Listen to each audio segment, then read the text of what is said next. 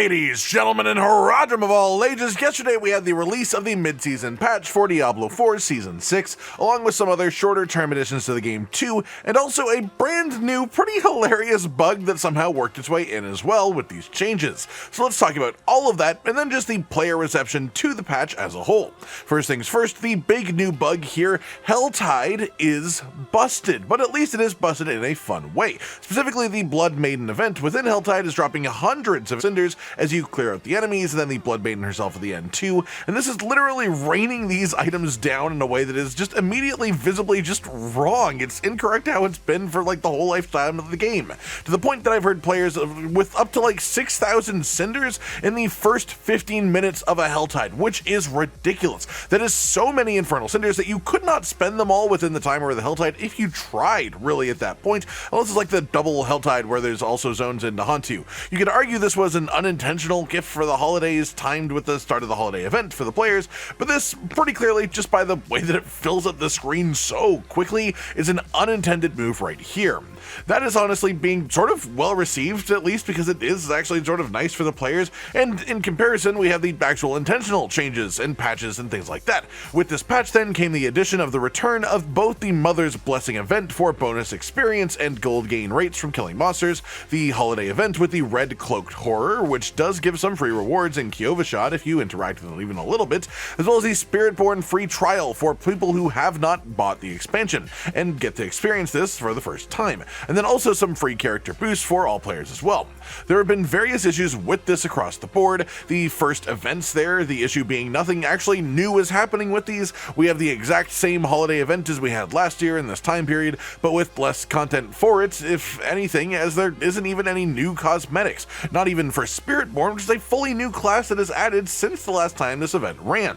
The Spiritborn free trial is only available up until level 25, which is incredibly underwhelming given how little of the game you actually even experience by level 25, and when you hit level 25 on a Spiritborn through this trial, it immediately logs you off and locks that character off until you get the expansion, which is fine, but a warning that is the case, because if you put any items on your trial Spiritborn character that you would want to put back into your stash or onto your actual characters, if you hit level 25 before doing that, they will be locked on that character that you can no longer access unless you pay for the expansion, which is of course a little bit awkward.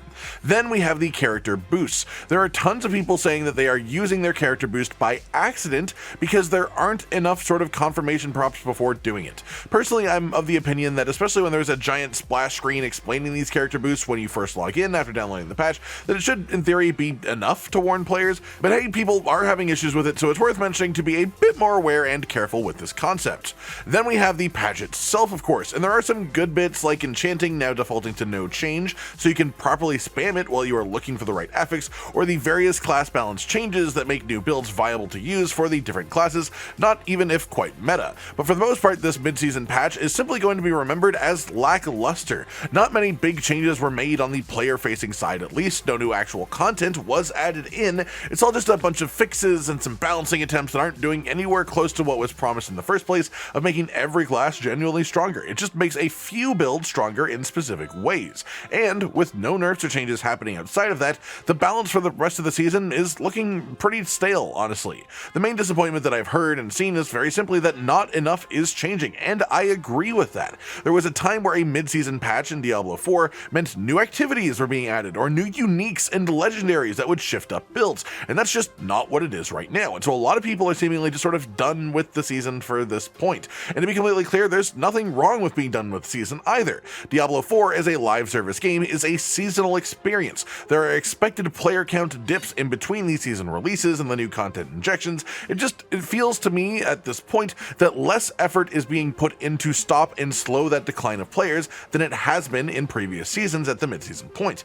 Not necessarily because the developers are literally trying less, but honestly it just feels like the team that exists is simply smaller than it used to be. It has less manpower, less hours across the team able to be spent on it, and a lot of what's left is being used to try and fix the game rather than to add to it. Which again, I do think fixing the game is important. It is is a good thing, but there's a balance to be struck between that if you really want to incentivize people to keep playing the game, and I feel like we've missed the mark a bit with this patch with just no actual new things, really. That just about does it then for today, everyone. Just a short roundup of what's going on with the mid-season patch and the opinions that I've been seeing from people in the community, as well as my own thoughts as well. I hope you've enjoyed this, and feel free to leave your own thoughts down in the comments section below. Like if you like the video, subscribe to the notification bell for more, and most importantly, ladies and gentlemen, until next time, stay sweet. Josh, Cotton, and Hollow with the videos, dropping the humor like a hammer on your tippy toes, bringing entertainment on a daily arrangement to take our insanity and turn it into entertainment. Yes, I said entertainment twice, to reiterate that it is nice to look into your faces on a mostly daily basis when you let us in your homes to make the whole world a stage. Goodbye.